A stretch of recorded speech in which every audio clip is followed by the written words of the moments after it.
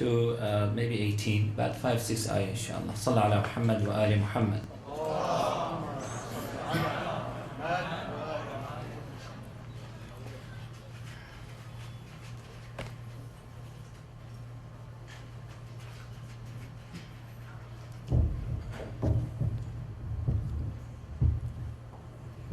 أعوذ بالله من الشيطان الرجيم.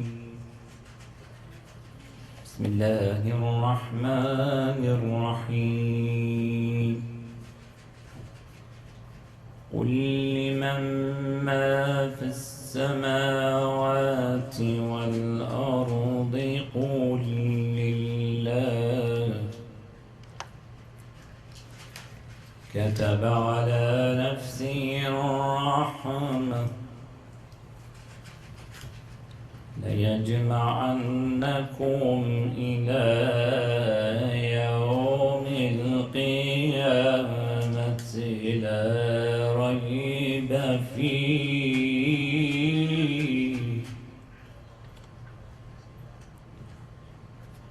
الذين خسروا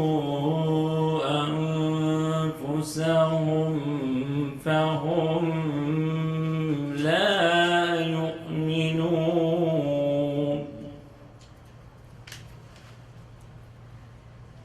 وله ما سكن في الليل والنهار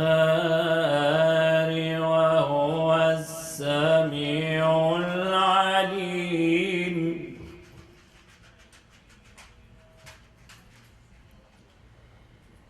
قل أغير الله يتخذ وليا فاطر السماوات والأرض وهو يطعم ولا يطعم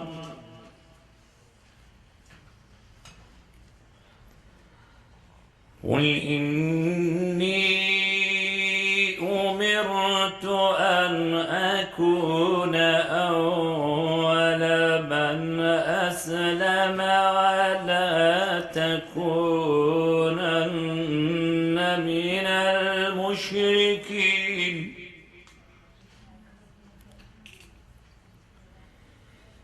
قل إني أخاف إن عصيت ربي عذاب يوم عظيم.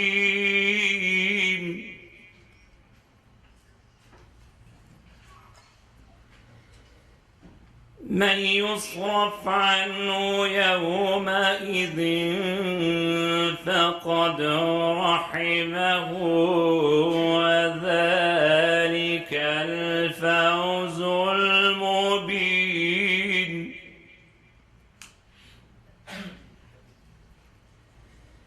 وإن يمسسك الله بضر فلا كاشف له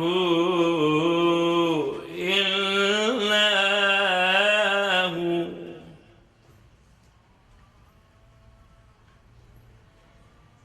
وإن يمسسك بخير فهو على كل شيء قدير.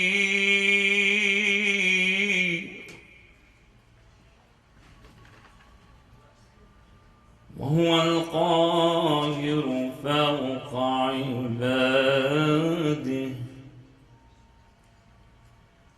وهو القاهر فوق عباده وهو الحكيم الخبير.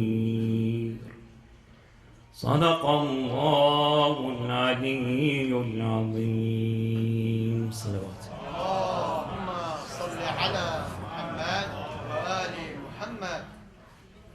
Allow me the translation quickly, please. It says, in the name of Allah, the most merciful, the most compassionate. Ask them, who is the owner of the heavens and the earth besides Allah? The all-merciful, who will gather you all together on the day of judgment. That day will certainly come. Those who have lost their soul will not believe. To him belongs all that rests during the night and the day. He is all-hearing and all-knowing. Ask them, should I take a guardian other than Allah, the originator and the heavens, the originator of the heavens and the earth, who feeds everyone and who needs no food himself? Say, I have been commanded to be the first Muslim, submitted to the will of God. Thus, people do not be pagans. Say, it is because of the torment of the great day I am afraid to disobey. I am afraid to disobey my Lord.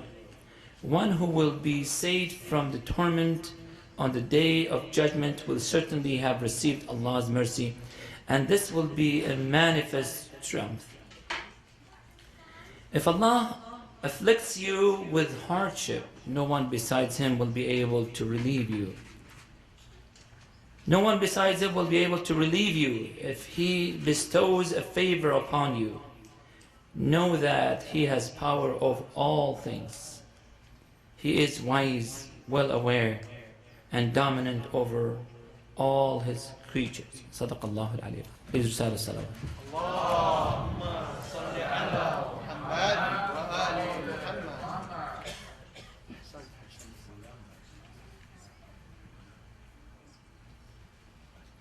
Thank you very much, Had Samir, for that beautiful recitation and offering the English translations. May Allah bless you. Next up, we'll have a presenter by one of our youth leaders. So please help me welcome our dear brother Mahdi Muqaddam Zadeh to the podium with a loud salawat ala Muhammad wa ali Muhammad.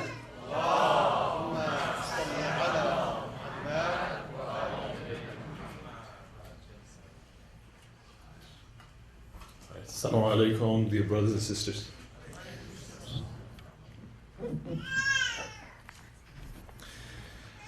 I brought with me, on behalf of the youth and the youth group on this holy night, a poetry written by Nuri Sardar, a poet that a lot of you might know, especially in regards to Muharram, and I'm going to recite it for you. Hussein conquers hearts. In fact, he conquers everything. The heavens saw Hussein, and it made Hussein its king. On a scale, nothing's like him. Bring me anything. Bring me a mountain of gold, and Hussein I will bring. No one knows of his worth. His murder shook the earth. For him, the Lord's throne would open. Hussein, Hussein. No one reached immortality, but to him it bends. And heaven must be earned, but for Hussein it descends. All that rises falls, but Hussein forever ascends. Every story ends, but Hussein's tale never ends. He changed all that we know, testifies the tears that flow. The sun to which would awaken Hussein, Hussein. They said there is a flame in our heart. No, it's not just a flame.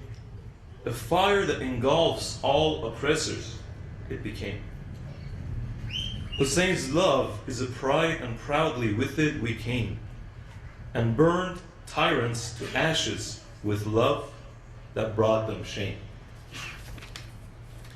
When Hussein's flag flutters, all tyranny flutters. Evil falls when his name is spoken. Hussein, Hussein. Hussein bends the scale of what's possible and fair. Only Hussein can be killed and yet bring them despair. When they die, they don't just die. Hussein burns out their air. The veins of tyrants from their necks, Hussein's hand will tear. Every tyrant fears him. His murder challenged them. In his eyes, their end is written. Hussein, Hussein. Hussein is immortal, as the tears we cry testify. Revolutions are born with each teardrop that we cry. And if any demand we stop, what do we reply? He taught us no humiliation. We'd rather die. Revolution he taught, to us freedom he brought, and we want the world to listen. Hussein, Hussein. We cry out a scream of pride, and none could be prouder. Hussein's our leader, with the blessing of a leader.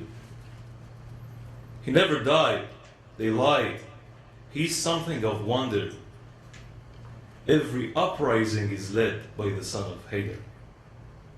Hussein is immortal, and he'll never fail. Immortal is inspiration. Hussein, Hussein. Thank you very much.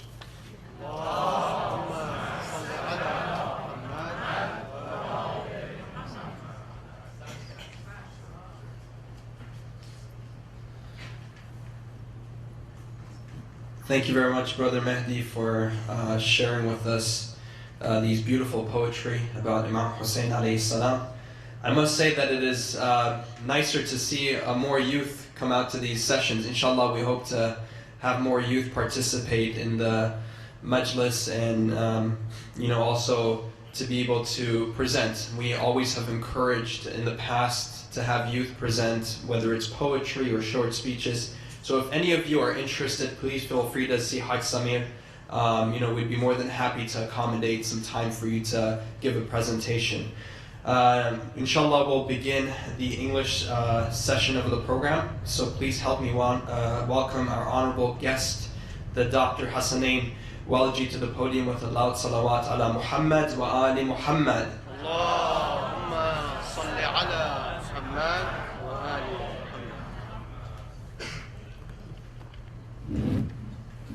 Muhammad. Assalamu alaikum wa rahmatullahi wa barakatuh. Shall we do it again? Assalamu alaikum wa rahmatullahi wa barakatuh. Ahsan, jazakallah. Thank you. As is our custom, let us remember those who are departed souls of all the relatives and the loved ones of those who grace this assembly. Let us recite the Surah Fatiha. Bismillah.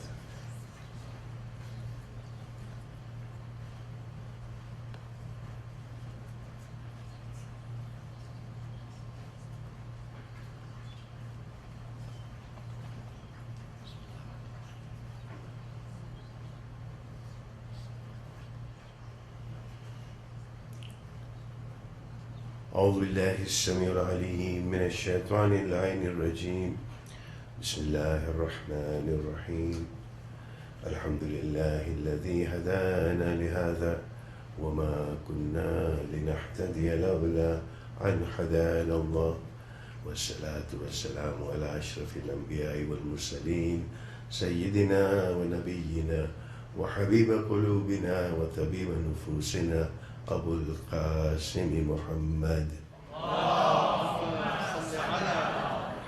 ومن المحبين عترة الطاهرين أما بعد قال الله سبحانه وتعالى في كتابه المجيد وفرقانه الحميد وقوله الحق بسم الله الرحمن الرحيم قل هل يستوي الذين يعلمون قل هل يستوي الذين يعلمون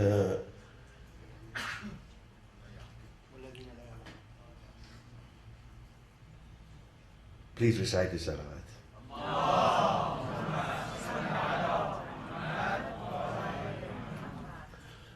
بسم الله الرحمن الرحيم قل هل يستوي الذين يعلمون ما لا يعلمون إنما يتذكر أولو الألباب. Salawat.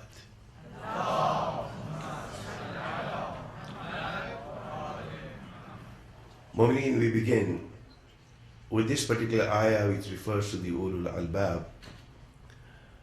And the subject today is one of critical thinking. But before I delve into that, we heard some beautiful words of poetry in English. A community that establishes a mosque in an area signifies that we are here to stay. This is our home. That is the commitment that we make to the land where we live. This is a trait that has been wherever Muslims have lived. When they actually establish a masjid, that means that they are now making a commitment to live. In the same manner, when the lovers of Ahlul Bayt, with the Azhar of Al-Hussein, begin to write and deliver poetry in a language of the land, that means Azadari is here to stay. The Azhar of Al-Hussein began in Arabic, went to Farsi, went on to many languages, including the Urdu and the Indian languages, as the lovers of Ahlul Bayt spread around. And now we see, and this must be encouraged, very much to say that we must have classical literature in the English language so that we are able to imbibe those teachings to the generations to come. Salawat. And we thank you, Brother Mehdi, for the beautiful words. Jazakallah. Today we talk about critical thinking, and just for those who were not here for the last couple of days, the first lecture we covered that Karbala is indeed a prescription for reform. And when we heard that Ayatollah Mutahari's words to say that a single tear that drops on your cheeks has the power to elevate you, when he says it represents a brief flight that our spirit makes along with the spirit of Hussein. This is the elevation that we have. And yesterday we talked about the power of intentional living, that having made the niyyah, like the niyyah of the ibadah, because we have been created for nothing but ibadah. So the idea is that as we live our lives, it must be a life which is lived intentionally. And the niyyah for that is qurbatan ila Allah.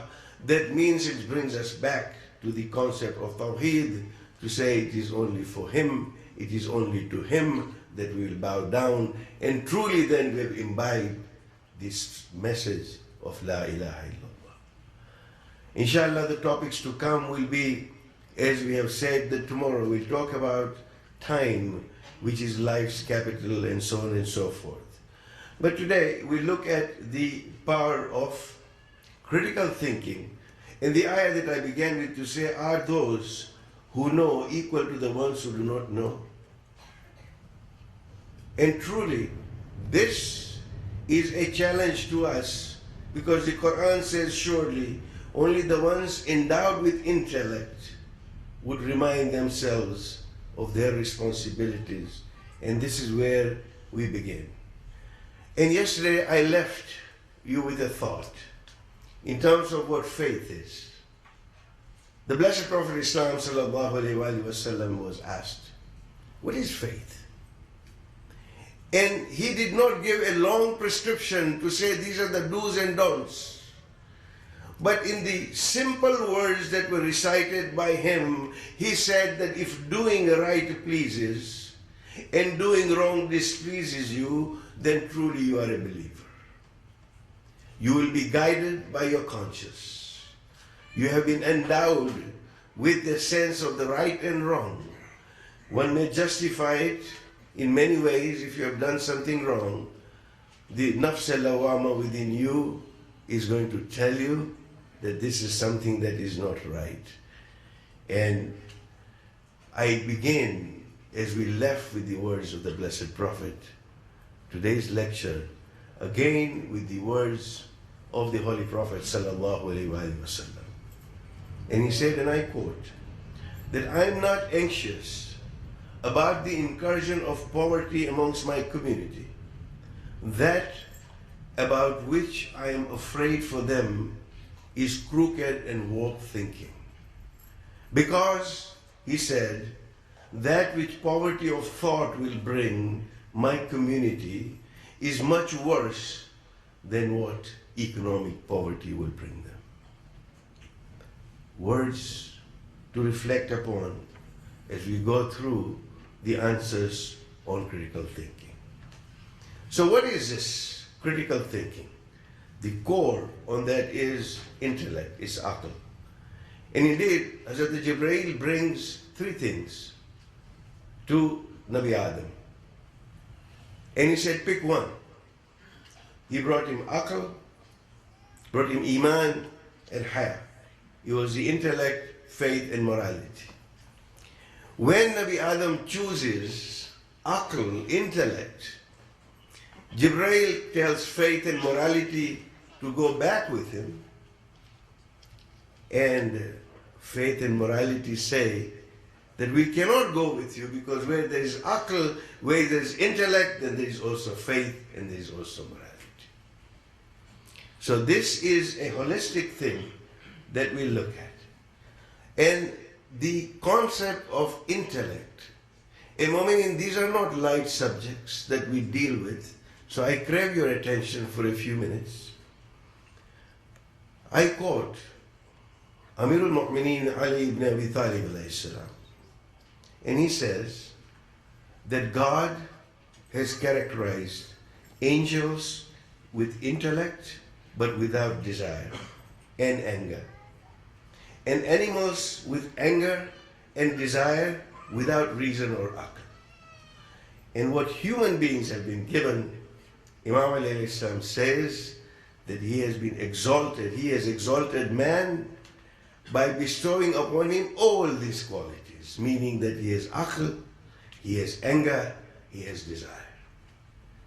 Now, when we look at this, and indeed this subject has been very well covered by Sheikh Ahmad Naraki.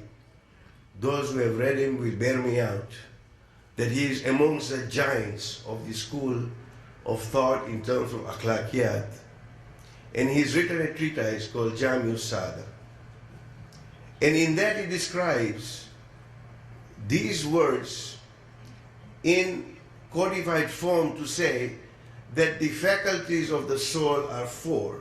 This is something that Imam Ali alayhi salam talked about. One is quwa aqaliyah, which is the power of intelligence and intellect.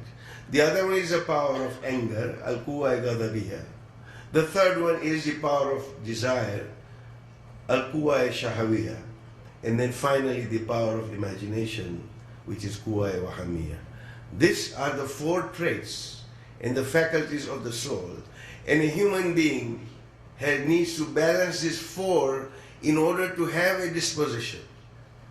And inshallah in the days to come we will expound on this, words and the theories that have been put forward by Sheikh Naraki. But today, I just want to go back to the words of Imam alayhi salam to say that man in this sense actually stands between two extreme points.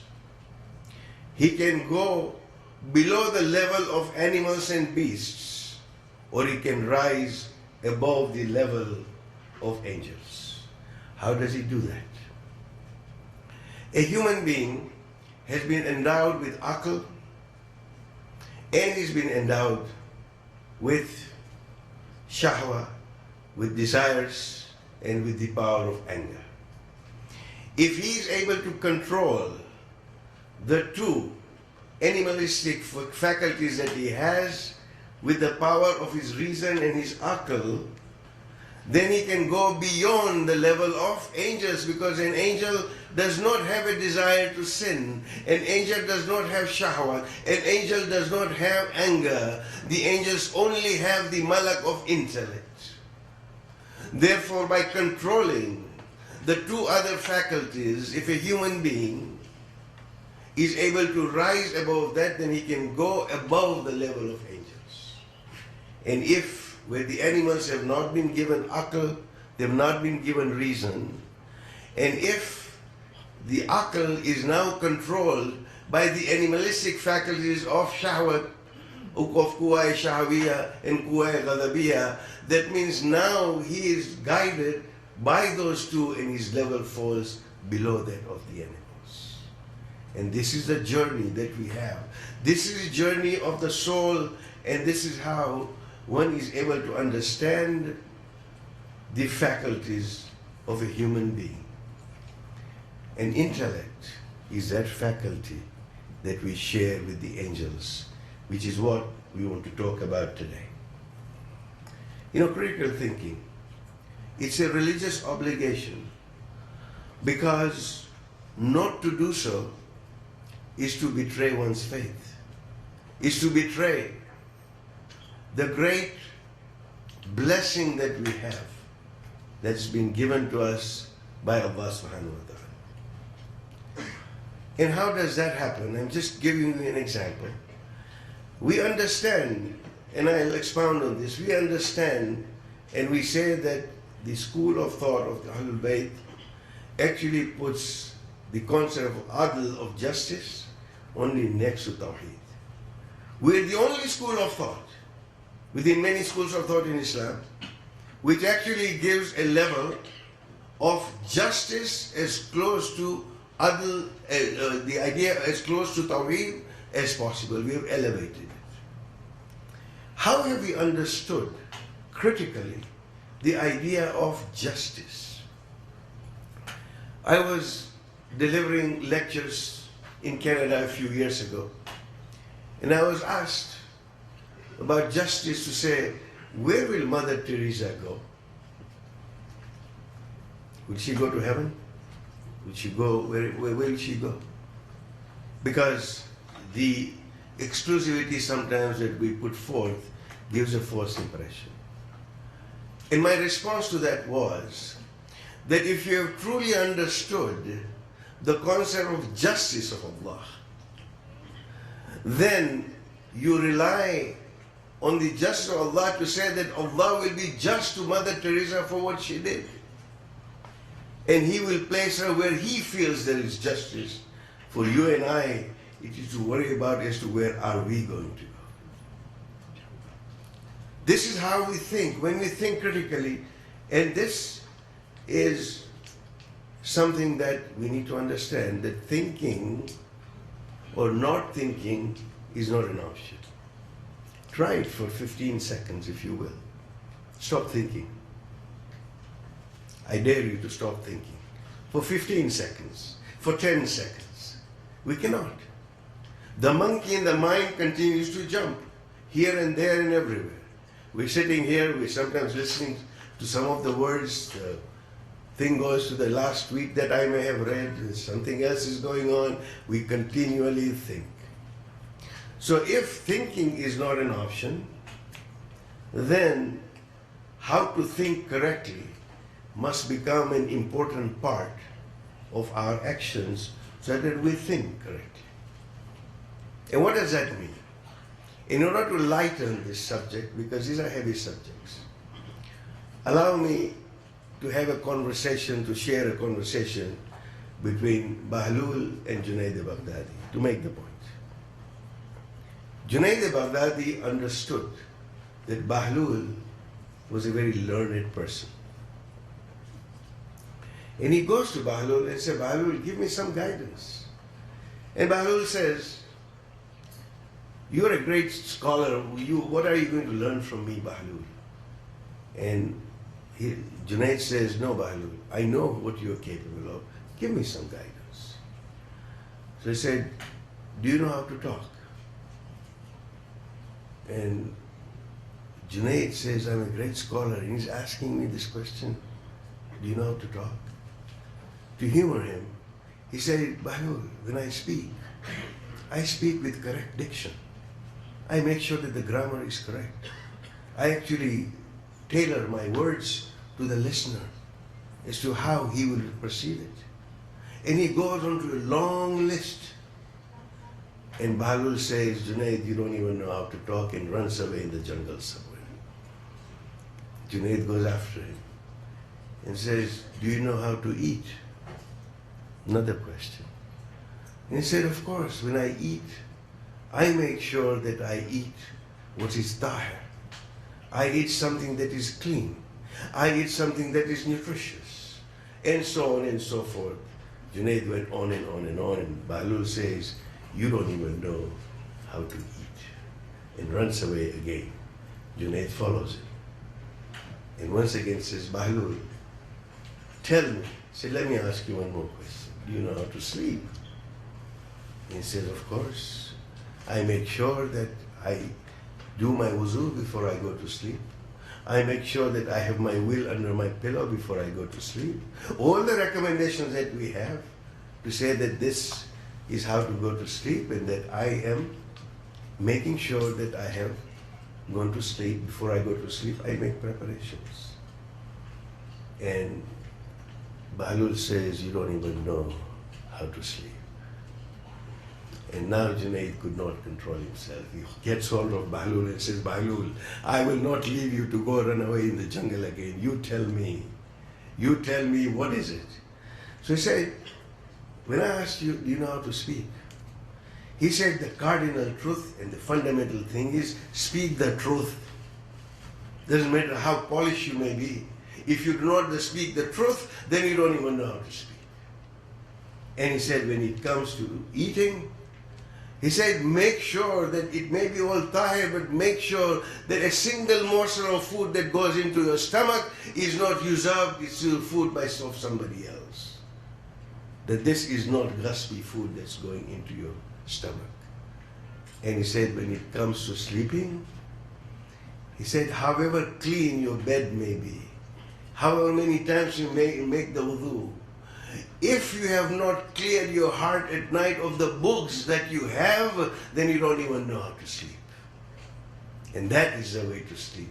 This is the kind of thinking that prevails within our school, to say that this is the capacity that we have been given to think. And therefore, we have an obligation to use our minds correctly, because as we see here in the Quran, God does not burden any soul save to its capacity. La yukallifullahu nafsan illa wus'aha. Therefore, thinking correctly is something that we need to reach conclusions about our faith, about ourselves, through our own effort. This is not a delegated responsibility to somebody else to think for us, my friends. Because when you talk about intellectual knowledge, you cannot learn it by accepting it on the basis of an authority. I'm talking about intellectual knowledge, which means mathematics, logic, philosophy, theology. These are subjects which cannot be followed on the basis of a higher authority. Please understand me and do not misunderstand me. We discover this by our intelligence, by asking the question why and what. And critical thinking means, and especially for my young friends, as you grow up in this multicultural, pluralistic society, there are so many things that are being thrown at us through social media, through the television, through whatever. And unless we stop accepting the answers without questioning the answers, we will not be able to do critical thinking. So the idea is not just to accept the answers from any source, any quarter. The idea is to question the answers so that you are able to arrive at your own conclusions as to what you ought to do. And it is for that reason that there is no taqleed in usul.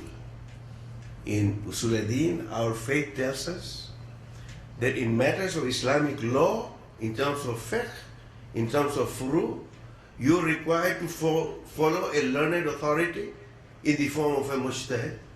But when it comes to intellectual sciences, you cannot follow a mujtahid.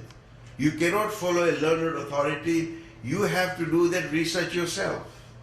So you can follow a mujtahid in what you practice, but not in what you believe.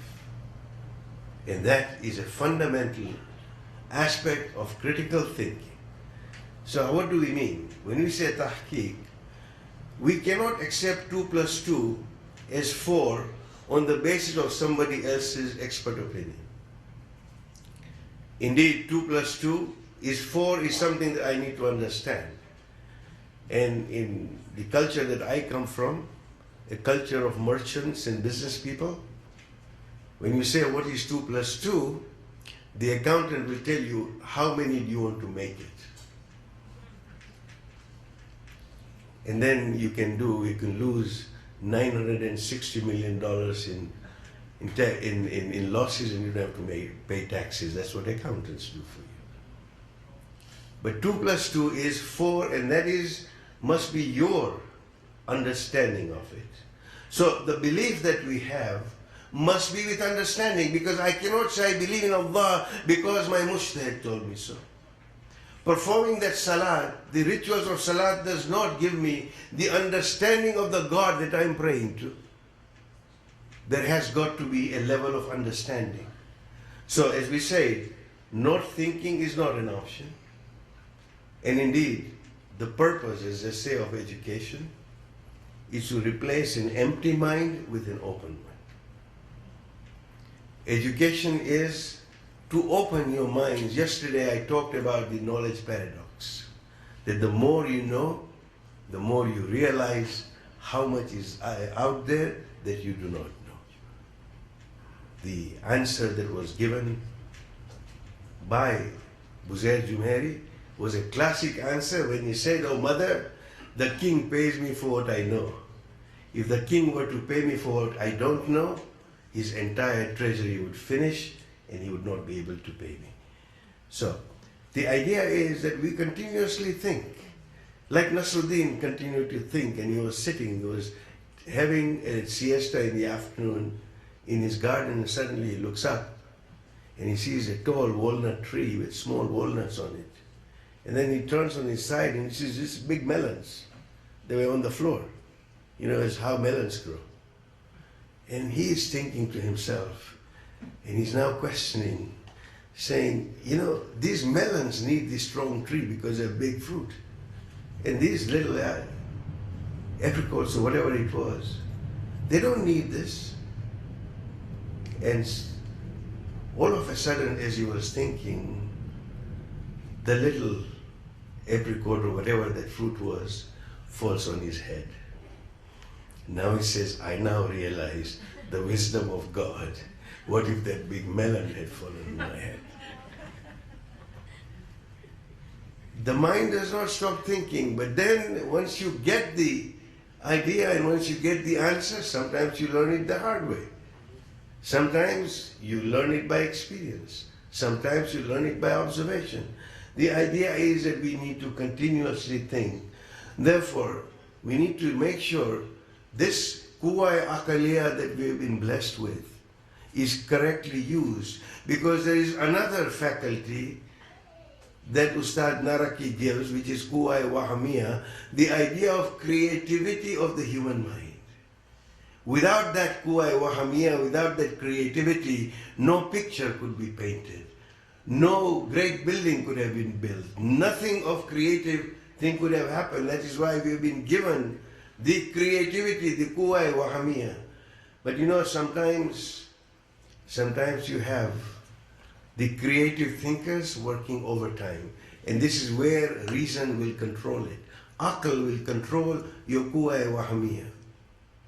You have people, the great poets, like Umar Khayyam and Ghalib, for example, were very fond of drinking. And creative minds that they were, Umar Khayyam said, look, if Allah knew that I was going to drink, therefore if I do not drink now, Allah's knowledge will be wrong, therefore I must drink. Or the poet, the Indian poet, great Indian poet, Mirza Ghalib comes home with a bottle of wine, and his wife asks him to say, Mirza, you bring wine in the house, there's no food. They were very poor. So there's no food, and how do you? He said, I borrowed some money, I got this, and I brought the wine.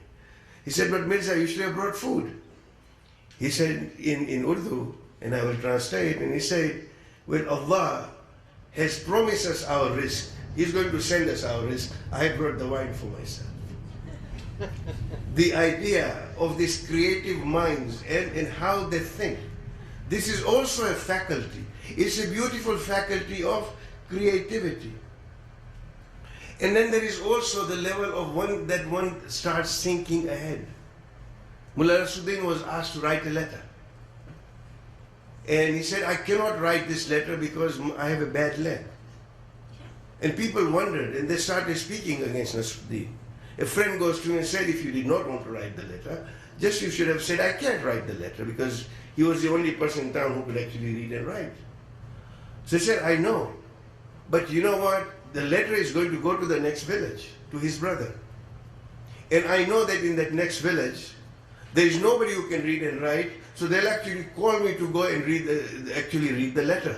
But I don't have a bad leg, I can't walk to the next village, and therefore I said, I cannot write the letter.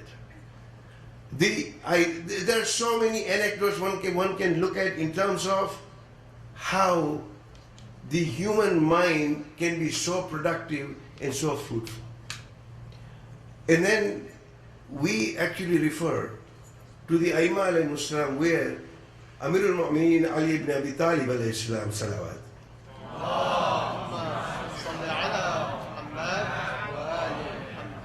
Talked about the concept of Tawheed and Adl, and he said Tawheed is believing that he cannot be encompassed in any imagination. If you have conceptualized Allah, then that's not Him. That's what he said. And then he said, Adl is that there is no accusation towards Him. And I just want to end with this example. It's a long one, please follow me. As to what did Imam mean? And I'm giving you examples of critical thinking as to why it is so necessary for us to think critically and that we use our aql in the right format. So when Imam said, Adl is that there is no accusation towards Allah. So let's think critically.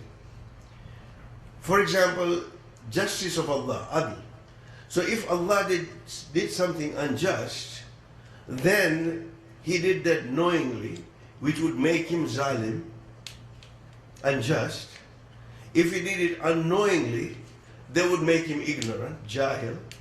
If He was forced to do it, then that would make Him reliant on someone else, that He is muhtaj. Well, we learn in our aqaid, in our theology, that Allah is neither zalim, nor jahil, nor muhtaj. Therefore, the idea of justice is explained that for Allah, the thought of doing something unjust just does not arise. Now, how many of us have truly sat down and thought about the justice of God? We say, yes, we talk about Adl, and we say this is the second pillar of our faith, Adl. But how many of us actually think about it? The other one is, again, how do we, somebody comes and asks Imam Musa Kazim alayhi salam to say that is humankind free of their actions? This is a long subject of Jabr and Ikhtiyar. But here, Imam explains it so simply. He said there are three possibilities. Whether a human being is responsible for his actions, either he is fully responsible for human actions, or both the human being and Allah are responsible for actions, which is what some schools of thought believe in, or that the human being is fully responsible for his or her actions. And then Imam explains to say that if Allah is the originator of that, then punishment for that sin would be unjust because He did it. He made me do it. If both the human being and Allah had done this in partnership, then it will be gross injustice that the stronger party actually punishes the weaker party for the sin that they jointly committed. And therefore, the only corollary would be, and the only logical argument would be, that it is a human being who acts on his own, and therefore he is responsible for his actions. This, in a short summary, is the blessing of critical thinking that we have. And it's something that we need to imbibe as we go through this.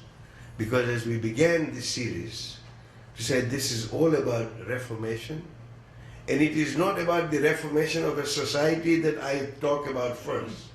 I must talk about reforming my own self, and reform cannot begin. Reform cannot begin until I have accepted my limitations, I have accepted my weaknesses, and said that I am going to now build on this. It is critical thinking that is going to help us to go through the motions of being able to understand. People who are in the corporate world will understand that when you're creating a strategic plan of a corporation, you look at three things to say, where are we at now? Where do we want to go? And how are we going to get there? That's simply what is a strategic plan. For us, for each individual, where we say the mission statement of a moment is to help each other in bir and in taqwa, and not to help each other in ism and udwan, sin and aggression, then that mission statement needs to be translated into the strategic plan through critical thinking to say, where am I? Where do I want to go to? And we have the role models of the Ahlul Bayt alayhim salam. We have every role model in Karbala to say that these are the people that we look up to. This is where we want to go to. If we know the destination, then the path that we need to have needs to go through the level of critical thinking. Salawat.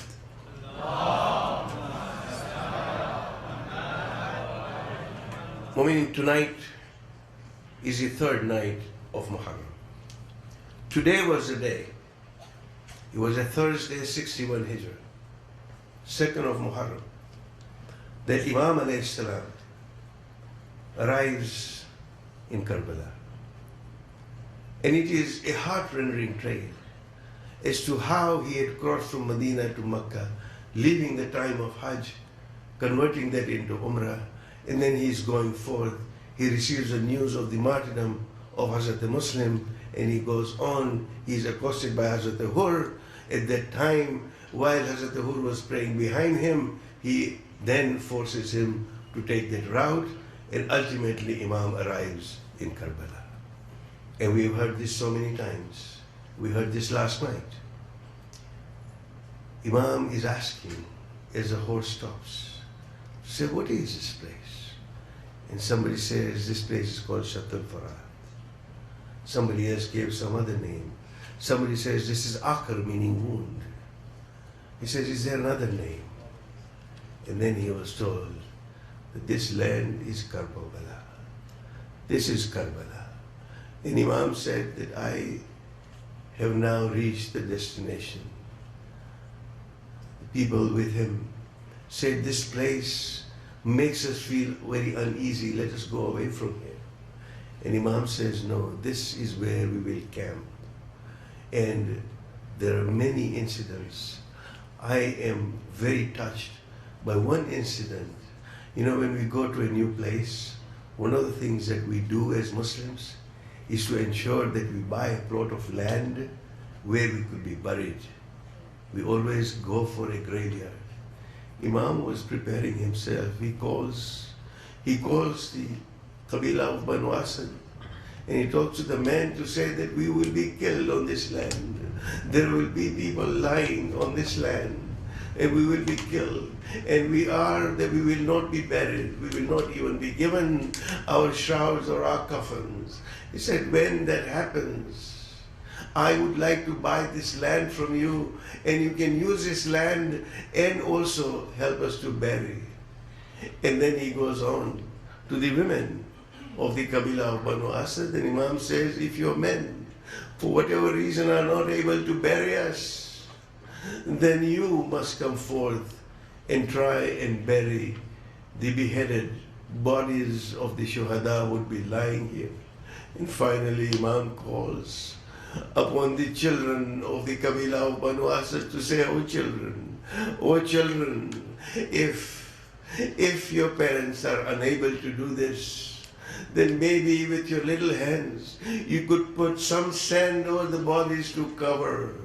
Mu'mineen, there was one last wasiyah that continues until today to say that when my Zawar come, when the people who come for the pilgrimage, people, Kabila of Banu Asad, you make sure that you look after them. Mu'mineen, that tradition continues until today for every Ashura and every Arba'in. Inna lillahi wa inna ilayhi raji'un.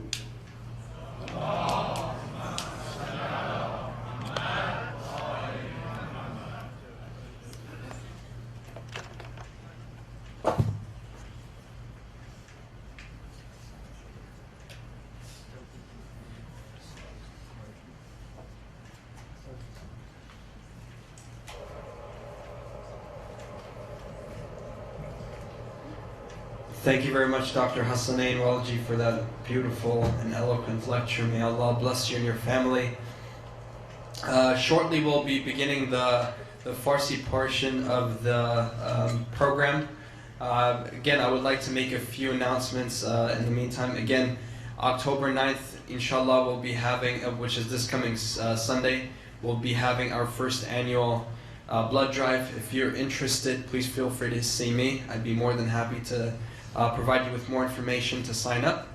Additionally, if you guys have any children and you feel like they would be causing disturbance, please feel free to take them upstairs. We do have a classroom and they have activities up there, and this will be also helpful for the speakers in order to minimize the distractions. And let's see, any other updates that we have. I mentioned the contest that we have going on, so please encourage your youth to stay in the main hall and listen to the lectures. We'll every night, if you guys can make a short write-up, just take a few notes regarding the lectures that are presented, and at the very end we'll also be judging them, and the top 2 or 3 people will receive cash prizes. Also, this is very, very vital, my dear brothers and sisters. We're still desperately looking for sponsors for these blessed nights. Again, you don't have to sponsor it all by yourself. You guys can get into a group, this is definitely something that the masjid encourages also. If you have a family or a group of people, friends, that would like to sponsor one of the nights for the dinners, please feel free to see Haj Samir or Haj Amira Fatih. They'd be more than happy to give you some more information as to how to do that. But we definitely need your support. Any amount would be greatly appreciated. Now, I believe we'll, inshallah, begin the Farsi portion of this program. So please help me welcome the honorable and respected Dr. Safi to the podium of the loud salawat ala Muhammad wa ali Muhammad.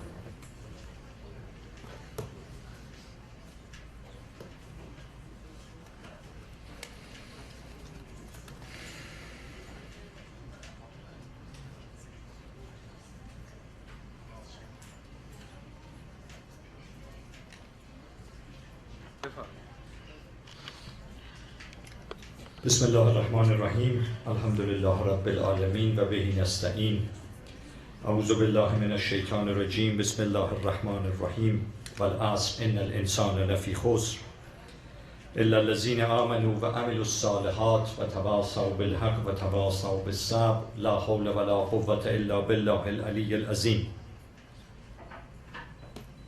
تمام می شوم امشب در آخر قصه. بخواب بانوی احساس دختر قصه. یکی نبود و یکی بود و آن یکی هم رفت، یکی همه رفتند از در قصه. ببند چشم خودت را فقط تجسم کن میان شعله آتش سراسر قصه. خیال کن که لبت تشنه است و از لب آب بدون آب بیاید دلاور قصه. بده امانت 6 ماهه را به دست پدر، که پر گیرد از اینجا کبوتر قصه. نپرس از پدرت او هنوز همینجاست، نپرس از تن در خون شناور قصه. بلند شو بدو پا برهنه تا خود صبح، نخواب تا برسی سمت دیگر قصه. و گوشواره خود را درآر می ترسم، پری بماند و دیو ستمگر قصه. بخواب نیمه شب شد خرابه هم خوابید، بخواب کودک تنها قلندر قصه. بگیر گوش خودت را 3 ساله خوبم، که پیر می شوی امشب در آخر قصه. بگیر روی 2 پایت سر پدر را، آه بگیر اگر چه سخت است باور قصه. در مدح حضرت رقیه سلام الله علیها. ما در 2 شب گذشته اگر خاطرتون باشه سخنرانی یک راجع به این بود که چرا ما عزاداری میکنیم برای امام حسین علیه السلام. علت این عزاداری چیه؟ آیا این بدعته یا اینکه نه دستور قرآنه؟ و با هم آیاتی از قرآن رو دیدیم که خداوند چطور به پیغمبر میگه که من قصه برات گفتم، قصص قرآن رو برات تعریف کردم تا تو بفهمی در بر سر پیغمبران گذشته اولیای خدا چه آمده، چجوری من اونها رو کمک کردم. و بعد گفتیم در خداوند میگه که شعائر الهی رو حفظ کنید، احترام بذارید. گفتیم امام حسین علیه السلام قضیه کربلای 9 جزو شعائر الهیه. و گفتیم که خداوند مردم رو در آخرت به 2 قسمت تقسیم میکنه، افراد طیب و افراد خبیث. گفتیم که افراد طیب مثل درخت طیب میمونن که شجرت طیبه. گفتیم درخت طیب ریشش در زمین محکم فرو رفته، ثابته، عوض نمیشه، حزب باد نیست.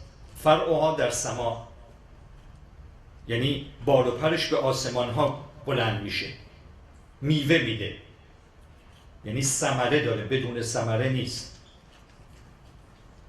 دائما میوه میده، میوهش هم الهی و پرثمر. ولی درست نقطه مقابل شجره ملعونه، خداوند در قرآن میگه شجره ملعونه هم خصوصیاتی داره. شجره ملعونه ریشه نداره، مثل خاره، میوه نمیده، مثل درخت طیب نیست، میوه نداره، خاره و رشد هم نمیکنه. شما نگاه بکنید مثلا در سوره بقره خداوند 2 مثال میزنه از این جور آدم‌های خبیث، آدم‌هایی که مثل شجره ملعونه میمونن. میگه اونها مثل کسانی میمونن که در صحرای تاریک بدون هیچ نوری در ظلمات و در ترس در حرکتن. هر وقت که رعدی میزنه، برقی میزنه، اینها از نور اون برق لحظه استفاده میکنن، حرکت میکنن. ولی به محض اینکه برق تموم میشه، اون نور از بین میره، دوباره در ظلمات فرو میرن. یا اونها رو مثال میزنه مثل کف روی آب. آب که به تلاطم میافته روی آب کف میکنه، به محض که آب از تلاطم افتاد آب سر جاش باقیه ولی کف روی آب از بین میره. در حقیقت خداوند میخواد بگه آدمهای خبیث حتی اگر تعدادشون رو زیاد دیدی، اونها رو پر از قدرت دیدی، فکر نکن که اونها ثابتن، فکر نکن که ریشه دارن. اینها نه ریشه دارن، نه رشد میکنن، نه میوه دارن.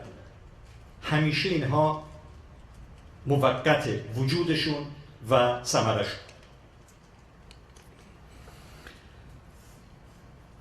امام حسین علیه السلام یکی از ثمرات، یکی از میوه های این شجره طیب است. ولی خب میوه‌ای که میوه خاصیه. از امام جعفر صادق پرسیدن که شما همتون کشتی نجاتید، پس چرا امام حسین علیه السلام فرق میکنه با شما؟ چرا بیشتر از او یاد میشه؟ امام جعفر صادق علیه السلام فرمودن ما همه کشتی نجاتیم، ولی کشتی جدمون حسین سریعتر به مقصد میرسونه. کسی که دل به حسین میده خیلی سریعتر طیب میشه، وگرنه همه ماها طیب میکنیم، ولی کشتی حسین سریعتر به مقصد میرسونه. میگن پیامبر با عبین ابن کعب نشسته بودن، امام حسین 4 ساله وارد میشه. پیامبر میگن سلام بر تو ای زینت آسمان ها و زمین، به امام حسین علیه السلام. کعب تعجب میکنه، میگه رسول خدا من فکر میکردم که شما شما زینت آسمان ها و زمین هستید. خداوند همه خلایق و همه دنیا و کائنات رو به خاطر شما به وجود آورده. تعجب میکنم شما چطور به امام حسین علیه السلام میگین زینت آسمان ها و زمین؟ پیامبر میگه کم به خدا قسم که تعداد کسانی که عاشق حسینن در آسمان ها تعدادشون خیلی از کسانی که روی زمینن بیشتر. ملائکه عاشق ما، ملائکه به او سجده میکنن. و این شما ببینید خصوصیت تربت امام حسین علیه السلام چیه؟ تنها تربتیه که شما میتونید اونو بخورید. تربت هیچ معصومی رو نمیشه، فقط تربت امام حسین علیه السلام که شما میتونید تربت رو بخورید و میگن شفا میده. بزرگان آیت الله مرعشی رضوان الله تعالی، ایشون قبل از فوت وصیتی کردن. ببینید بزرگان، کسایی که ولی خدا میشن، کسایی که این مقامات رو درک میکنن، ببینید به کجا میرسن. آیت الله مرعشی رضوان الله تعالی در وصیت‌نامه‌شون گفته بودن موقعی که من میمیرم خواهشی که از شما، 2 تا خواهش از شما دارم. 2 تا. 1، کفن من رو باز کنید.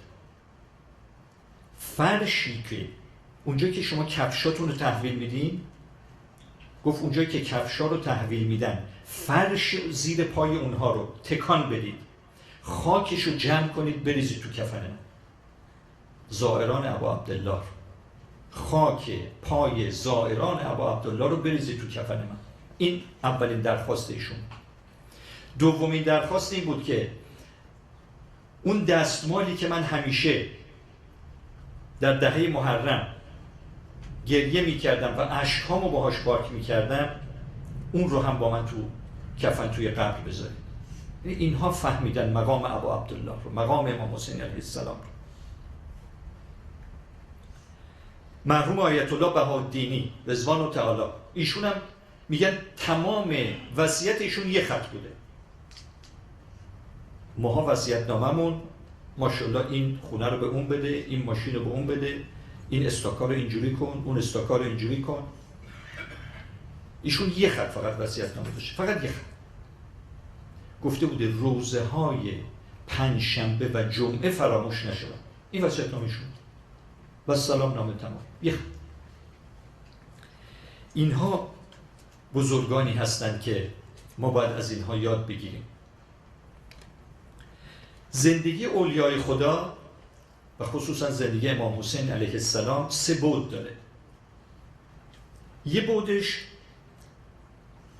بعد عالم بودن اونهاست، یه چیزایی که خدا به اونها داده و به کسی دیگه نمیده. خب ما که نمیتونیم اون ابعاد رو داشته باشیم، برای ما امکان تحصیل اون ابعاد نیست. مثال علم غیب دارن، معجزه دارن. حالا بعضی از اولیای خدا که خیلی دیگه به مقام‌های بالا میرسن، ممکنه مقداری از این معجزه ها رو بتونن دست بهش پیدا کنن. شما همتون داستان میثم تمار رو شنیدید. میثم در زندان ابن زیاد حبسه. در همون زمان مختار هم حبس میشه در زندان ابن زیاد. میثم تمار روز 22 ذوالحجه ایشون رو به شهادت رسوندن. یعنی 18 روز قبل از عاشورا، 18 روز قبل از شهادت امام حسین علیه السلام. موقعی که ایشون رو داشتن میبردن برای دار زدن. و دیگه داستانش رو میدونید که حضرت علی علیه السلام بهشون گفته بود که لحظه به لحظه چه اتفاقاتی برات میفته، میدونست. گفته بود موقعی تو میمیری که زبان تو میبرن، چون داری مدح من میگی. ابن زیاد گفت من یه طوری تو رو میکشم که حرف مولات علی علیه السلام اشتباه عذاب در بیاد. آویزانش کردن، گفت دست راستشو بزنید. دست راستشو زدن. هنوز مدح علی میگفت، چون گفته بود که زبانت رو میبرن و تو بعد از اینکه زبانت رو بریدن با خون خودت خفه میشی. دست راستشو بریدن، مدح علی گفت. دست راستشو بریدن، مدح علی گفت. پای راستشو بریدن، مدح علی گفت. پای چپشو بریدن، مدح علی گفت.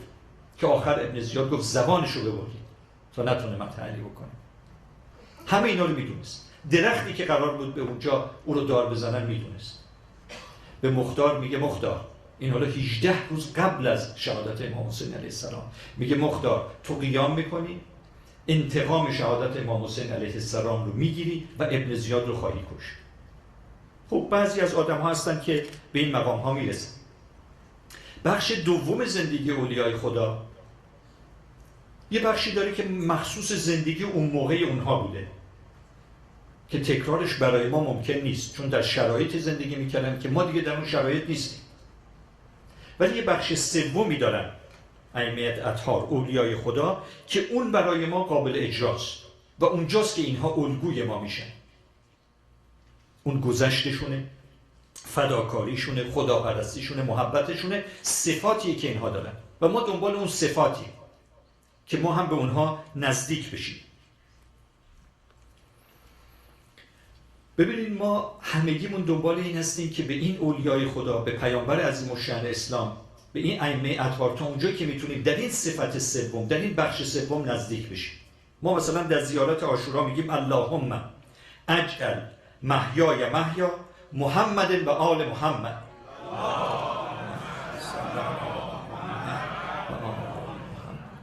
و مماتی ممات محمد و آل محمد.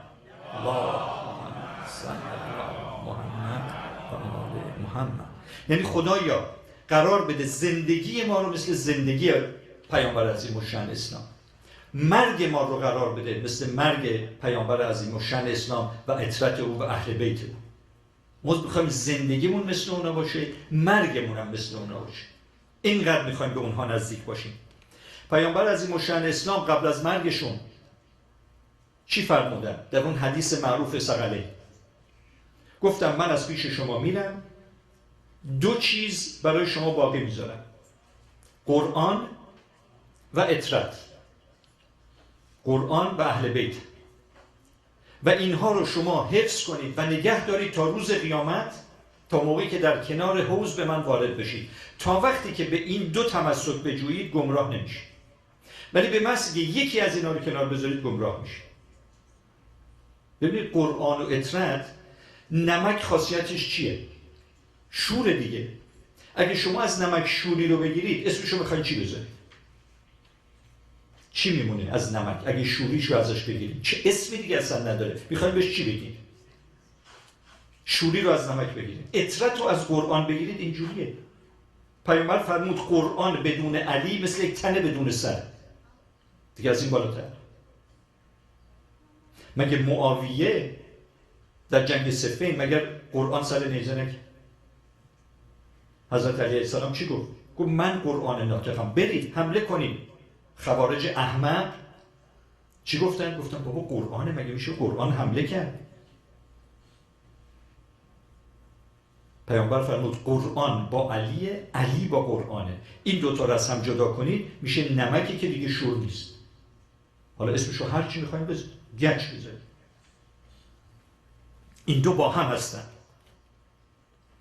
حالا اگر شما اینها رو از هم گرفتید، همین قرآن آیه تو قرآن میگه همین آیات قرآن یکی یک سری رو هدایت میکنه، یک سری هم به گمراهی میکشه.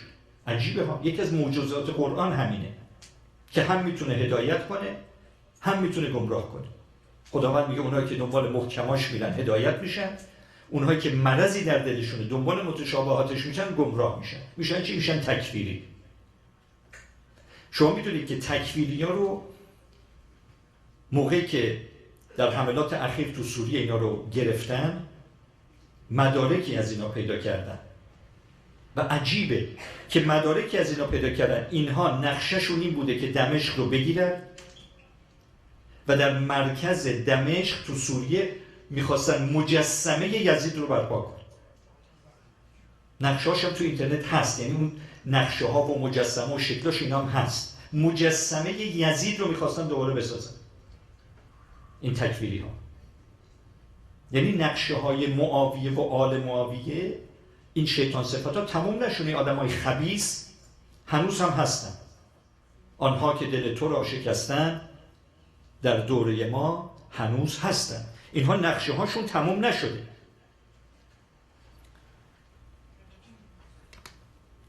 بنابراین باید ببینیم چی کار کنیم که نزدیک بشیم به اطرت، نزدیک بشیم به اهل بیت. اونها چی به ما سفارش کردن؟ اولین سفارشی که اونها کردن اینه که از خدا بترسید. از خدا باید ترسید. حالا ترس از خدا چجوریه؟ چجوری باید از خدا ترسید؟ قانون، آخه ترسیدن از خدا قانون داره، راه داره. سوره آل عمران آیه 175. من شأن نزول این آیه رو بگم.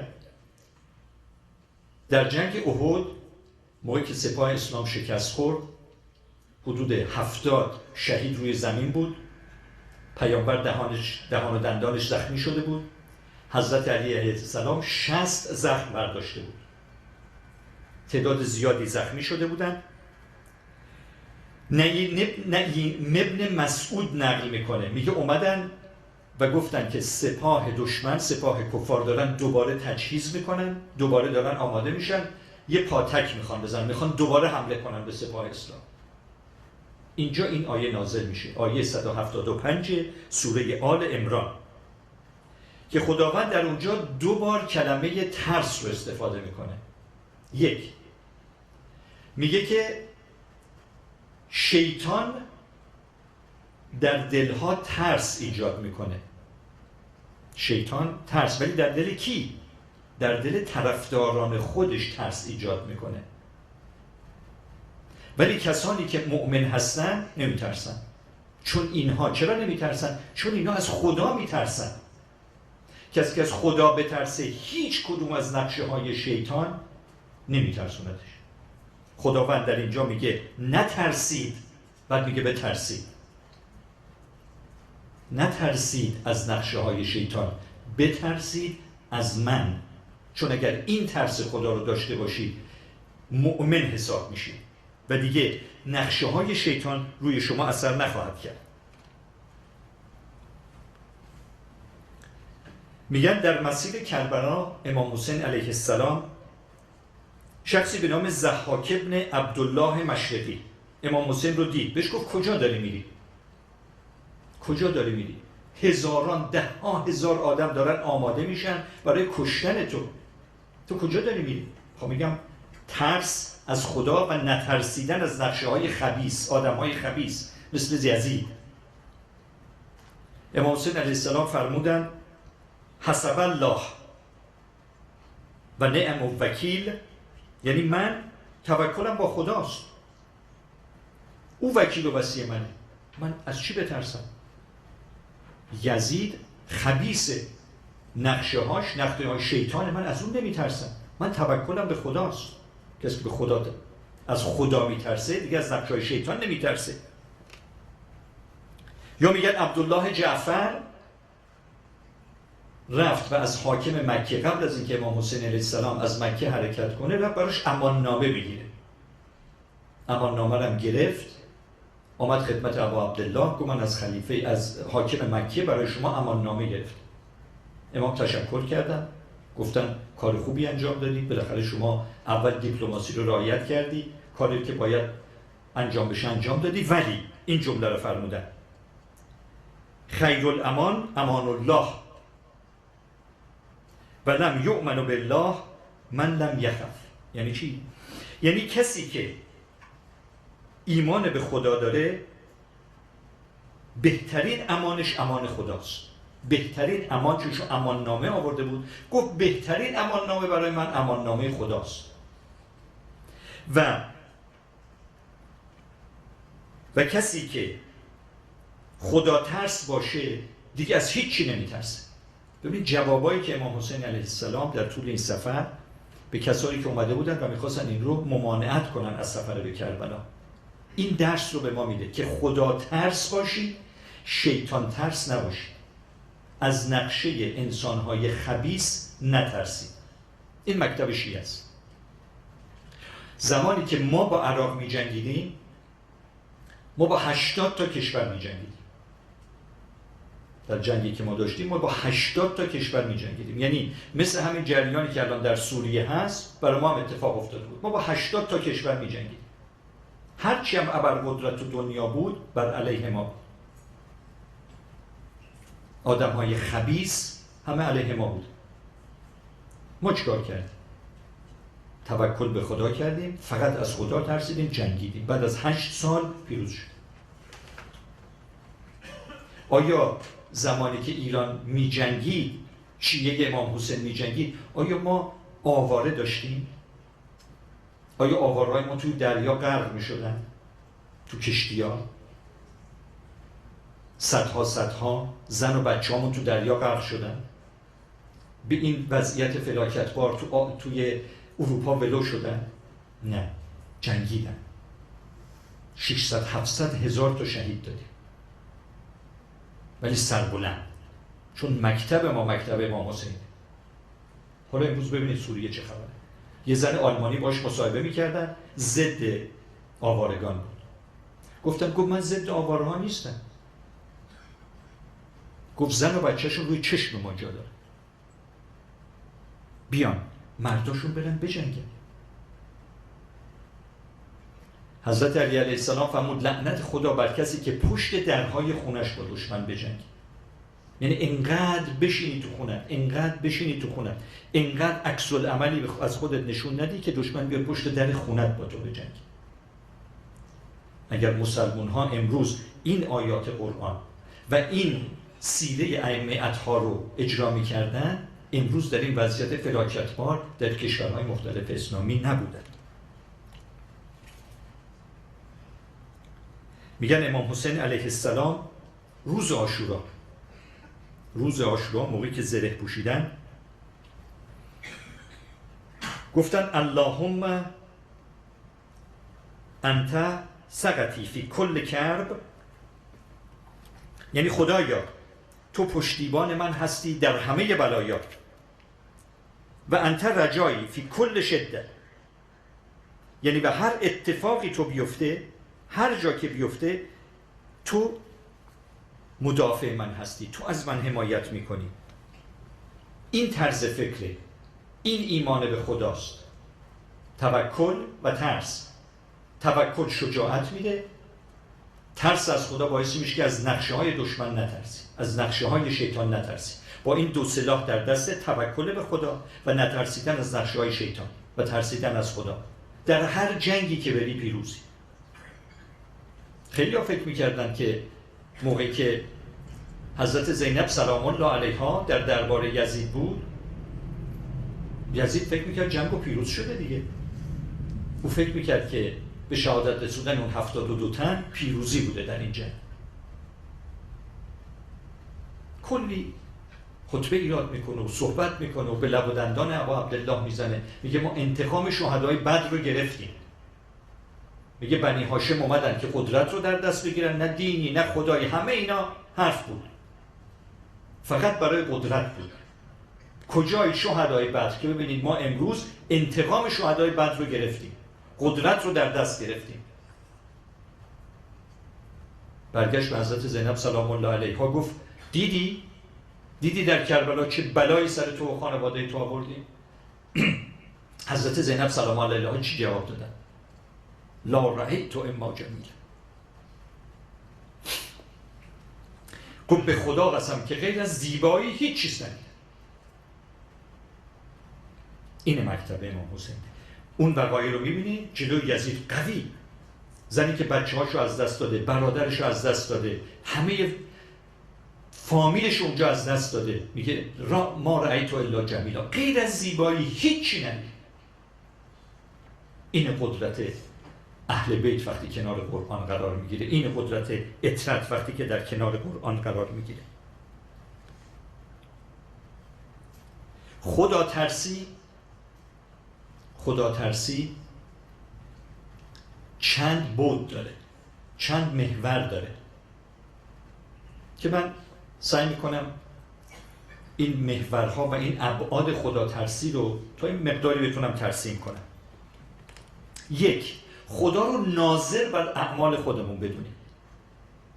خیلی گفتنش ساده است، یعنی هممون ایمان داریم به اینکه خدا همیشه بر اعمال ما ناظره. ولی گاهی وقتا امام علی علیه السلام فرمود هیچ یقینی مثل مرگ در نظر مردم شک نیست. ببین همه ماها میدونیم یه روز میبینیم، ولی یه جوری داریم زندگی میکنیم، یه نقشه‌ای میچینیم که انگاری میخوام 500 سال زندگی کنم.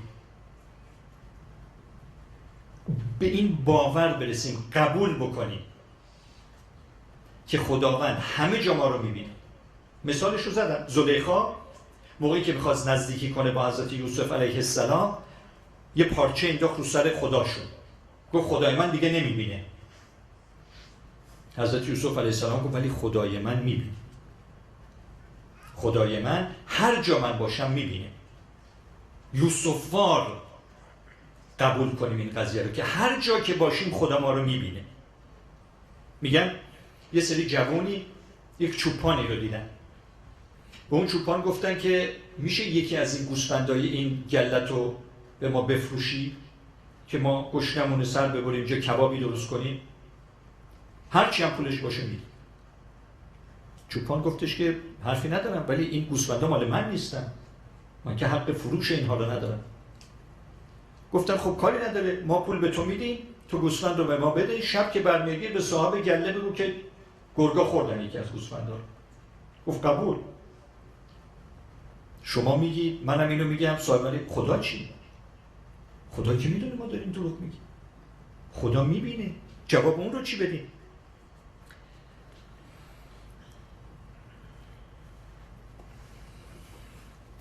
بنابراین سعی کنیم که همیشه خدا رو نظاره‌گر اعمال خودمون ببینیم. این واقعا داخل قلبمون بشه، یعنی از زبانمون به قلبمون جا بگیره، فقط رو زبان نباشه، در قلب ما هم باشه. یا میگن مرحوم ملا عباس تربتی میگن پسر ایشون یه کتابی داره به نام فضیلت‌های فراموش شده. فضیلت‌های فراموش شده. این بزرگان اینجوری هم میگن ایشون باغی داشته، کشاورزی میکرده تو اون باغ. زمانهای قدیم هم آب که میخواستن بفرستن تو باغ‌های مختلف، میدونین اول به این باغ میرسیده، بعد جلوی اینو میگرفتن به این باغ دیگه میرفت. میگن ایشون هر وقت که میخواسته بره اون سر چشمه جلوی آب مسیر خودش رو باز بکنه، جای دیگر رو ببنده، میگن یک کیسه خاک رو دوشش بوده. میرفت اونجا کیسه خاک رو میذاشته که جلوی آب رو بگیره، آب بیاد تو باغ خودش. بهش گفته بودن که خب چرا یه بیل نمیزنی خاک اونجا رو بریزی، چرا هر دفعه این همه را با خودت کیسه خاک میبری؟ میگه من از کجا بدونم که اونجایی که بیلی به اون خاک میزنم صاحب اون زمین راضی باشه من مقداری از خاکش رو جا به جا کنم؟ آیا ما اینجوری فکر میکنیم؟ اگه میخوایم طیب بشیم، اگه میخوایم امام حسین علیه السلام از ما راضی باشه، اینجوری باید فکر کنیم. یعنی به مثقال ذره‌ای خیرا یرم، یعنی قبول کنیم که خداوند در روز قیامت به اندازه مثقال ذره‌ای خوبی کرده باشه نشونت میده، به عنوان مثقال ذره‌ای بدی کرده باشه نشونت میده. این اگه ایمان قلبی ما بشه، اون موقع میتونیم حسینی باشیم، اون موقع میتونیم اهل بیتی باشیم. دومی خدا ترس بودن، دومین بودش اینه که خداوند رو به همه چیز ترجیح بدیم. همه چیز، هر چی دور و بر ماست، خدا رو باید به اون ترجیح بدیم. سوره توبه آیه 24 8 چیز رو خداوند نام میبره تو این سوره. 8 تا چیز. بعد هشدار میده به مؤمنین، هشدار میده 8 تا چیز. میگه پدرتون، مادرتون، همسرانتون، بچه هاتون، خونه هاتون، پولتون، شهرتون، دیارتون، عشیرتون. میگه هر وقت که اینها برای شما مهمتر بود مطمئن باشید و به خاطر این برای خدا نجنگیدید، به خاطر این 8 چیز مطمئن باشید که خشم خداوند بر سر شما خواهد آمد. یعنی در خور نداره، 100% آیه است. میگه هر وقت که یه امتی این 8 چیز رو ترجیح دادن به دفاع از خدا، حتما بلا بهشون نازل میشه، شک نکنید. میگن یه کسی خدمت پیامبر اومد، بهش گفت من میخوام مسلمون شم. گفت من میخوام مسلمون شم. پیامبر بهش گفتش که یه شرط. گفت شرط چیه؟ گفت باید پدرتو بکشی. تعجب کرد. گفت من که مسلمون شم باید پدرم گال. یه خورده مکث کرد. گفت باشه. شهادتین رو گفت و مسلمون شد. پیامبر بعدش بهش گفت من به استناد به این آیه 24 سوره توبه فقط قصدم امتحان تو بود. خواستم ببینم تو مسلمان میخوای بشی یا مؤمن میخوای بشی.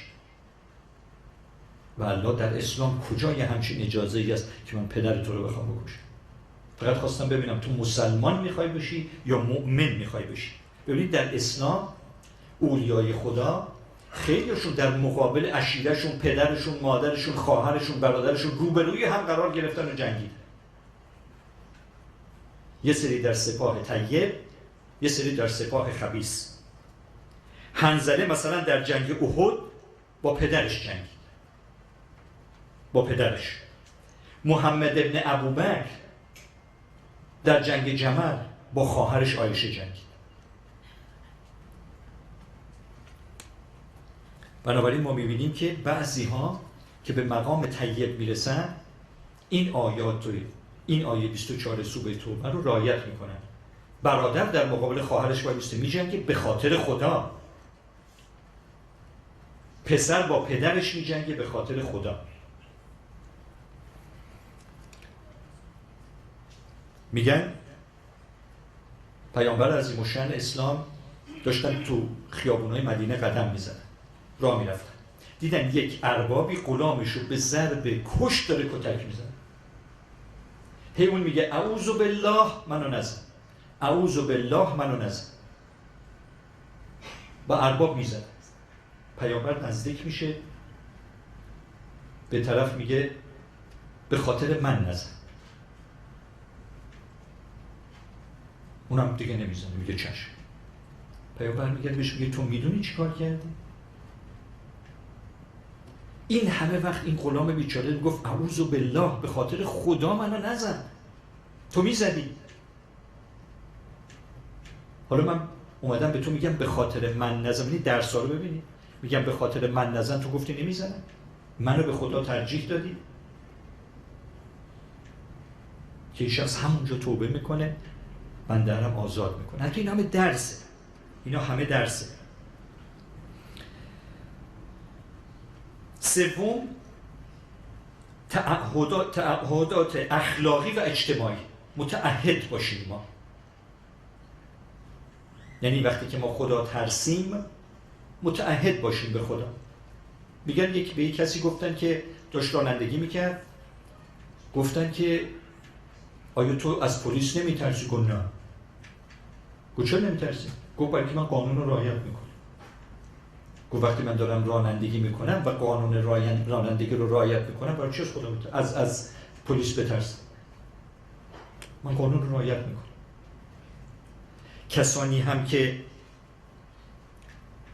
تعهدات اخلاقی و اجتماعیشون رو به دستور خداوند انجام بدن، یعنی از ترس از خود، به خاطر ترس از خداوند این قوانین خدا رو اجرا کنن، آیا از عذاب خدا میترسن؟ نه. پس ترس از خدا سومیش اعتقاد به اینه که ما یه سری تعهداتی داریم اخلاقی و اجتماعی. اگر امام حسین علیه السلام در صحرای کربلا یکی از علتهایی که ایشون در اینجا بود به خاطر تعهدات اجتماعی و اخلاقیش بود. گفت من نیومدم اینجا به خاطر نمیدونم فکر کنید تاج و تخت و سلطنت و نه، من اومدم دین پدرم رو احیا کنم، من اومدم امر به معروف و نهی از منکر بکنم. من برای تاج و تخت نیومدم، من برای خلافت نیومدم، من اومدم فقط اسلام رو برگردونم به نقطه اولش، برگردونم به اسلام جدم، نه اسلام یزید، نه اسلام معاویه. متعهد بودن اینها و این درس ها رو هم به ما دادن، این متعهد بودن اخلاقی رو.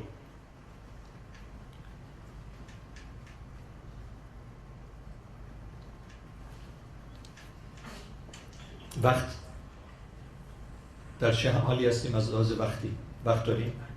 5 اوکی. میگن پیامبر در خانهشون نشسته بودن، خونه‌های قدیمی که میدونیم با گل و خشت و اینا میساختن، اونجا هم هوا گرم بود، روزنه‌های توی خونه‌ها میذاشتن که هوا بره و بیاد. میگن پیامبر در خونه نشسته بودن، دستی که روزنه‌ها داشتن که اونو تماشا میکردن، دیدن 2 نفر با هم گلاویز شد، به هم دشنام میدن. پیامبر فوری وظیفه از فوری پریدن بیرون رفتن جلو و از اونها پرسیدن که علت دعوای شما چیه؟ یکی از اونها گفت این آقا به من یه پولی بدهکاره، پول منو نمیده. پیامبر فرمودن آیا تو میدونی که خداوند فرموده کسی که گذشت بکنه نسبت به یک کسی که ازش یه چیزی میخواد، حالا میخواد مالی باشه، میخواد تعهد باشه، اگر گذشت بکنه خداوند سایه رحمتش رو بر سر او در روز قیامت میگستره. تا این حرفو شنید اون طلبکار گفت پیامبر من همین الان 1/3 طلبم با همین الان میبخشم، همین الان میبخشم، 1/3 هم ایشون سال دیگه به من بده، 1/3 اگر میتونه الان به من بده. یکی از یه سری از تعهدات اخلاقی برادر فرمان گذشته که انسان بگذره از حق خودش اگر میتونه. داریم آیات قرآن میگه حتی موقعی که شما حکم قصاص داری، یعنی میتونی قصاص کنی، اگرم قصاص کنیش گناهی بر تو نیست، حقت، حق الهیت، ولی میگه اگر گذشت کنی خیلی بهتر. امام حسین علیه السلام در روز عاشورا چیکار میکرد؟ اونور 30,000 سپاه تا دندان مسلح آماده کشتن، امام حسین علیه السلام هی میخواد به اینا درس بده، تدریس میکنه، دانشگاه میدونه اونجا. صحرای کربلا برای امام حسین علیه السلام دانشگاه، درسه، میخواد به اون خبیث ها در شاید بتونه از اونها یه هر بکشه بیرون، شاید بتونه از اونها یکی رو با خودش بیاره.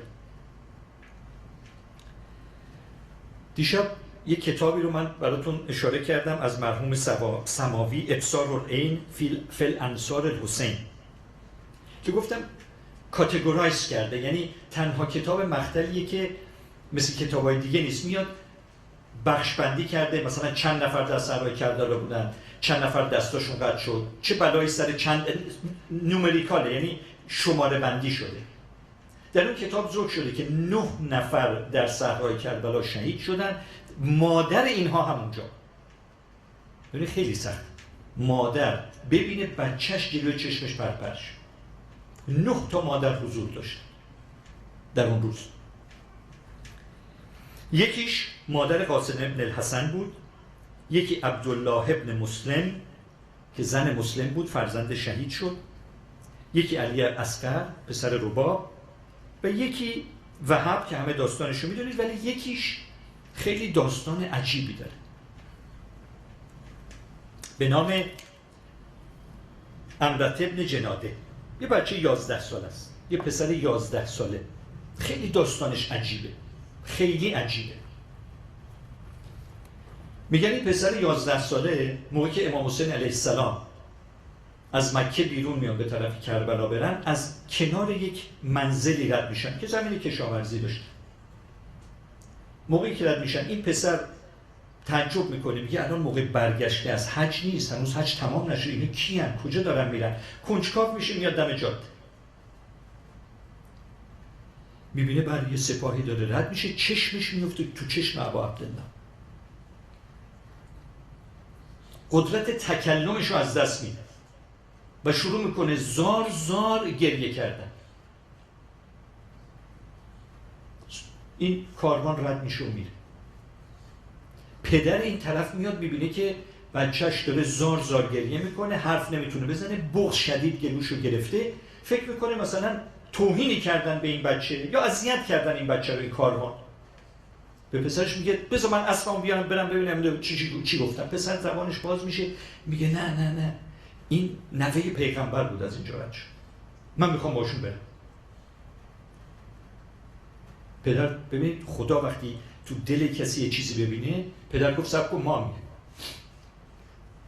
پدر و مادر و فرزند همراه سپاه عبدالله میرن تا کربلا. این پسر 11 ساله یکی از شهدای کربلاست که جلوی چشم پدرش هم شهید میشه. اول پدر شهید میشه، بعد پسر 11 ساله اجازه میخواد که بره. امام حسین میدونه که اول اجازه نمیدن، بعد اجازه میدن ایشون میره. و عجیبه رجزی که این بچه 11 ساله میخونه، میگه امیری حسینون و نعم الامیر سرورون فؤاد البشیر النذیر. یه بچه 11 ساله است. ببینید امروز بچه‌های 11 ساله ما پای این بازی‌ها و گیم‌ها و تلویزیون و اینترنت و، ولی بچه‌ای که نفس ابا عبدالله بهش خورده چجوری منقلب میکنه؟ یه پسر 11 ساله یه همچین رجزی میخونه جلو 30,000 نفر. ببینید یه لحظه چشماتون رو ببندید مجسم کنید، یه بچه 11 ساله، یه پسر 11 ساله جلوی 30,000 نفر تا دندان مسلح که جلوی چشم این بچه اوردی 70 نفر رو کشتن و سر بریدن، میری همچین رجزی میخونه. به شهادت میرسه، سرش رو از بدن جدا میکنن، پرت میکنن به طرف مادر. مادر سر رو در بغل میگیره، میبوسه، پرت میکنه، میگه سری رو که در راه حسین داریم پس نمیگیره. این مکتب امام حسین، این مکتب اطرت که وقتی در کنار قرآن قرار میگیره آیه ها شروع میکنه معنی دادن. شما وقتی قرآن رو میخونید، قرآن رو فکر ما تأثیر میذاره. اطرت باعث میشه که رو قلب ما تأثیر بذاره. من ممکنه سوره توبه آیه 24 رو بخونم، میفهمم خداوند میگه این 8 چیز رو اگه شما ترجیح بدی به من بلا سرت نازل میکنم، میفهمم این آیه. ولی برای اینکه تو قلبم بره، باید ببینم حسین چیکار کرد. همه اون 8 رو گذاشت کنار، اینجاست من میفهمم، میره تو دلم. اونجاست که میفهمم که چطوری میشه به این آیه استناد کرد و در زندگی بهش عمل کرد.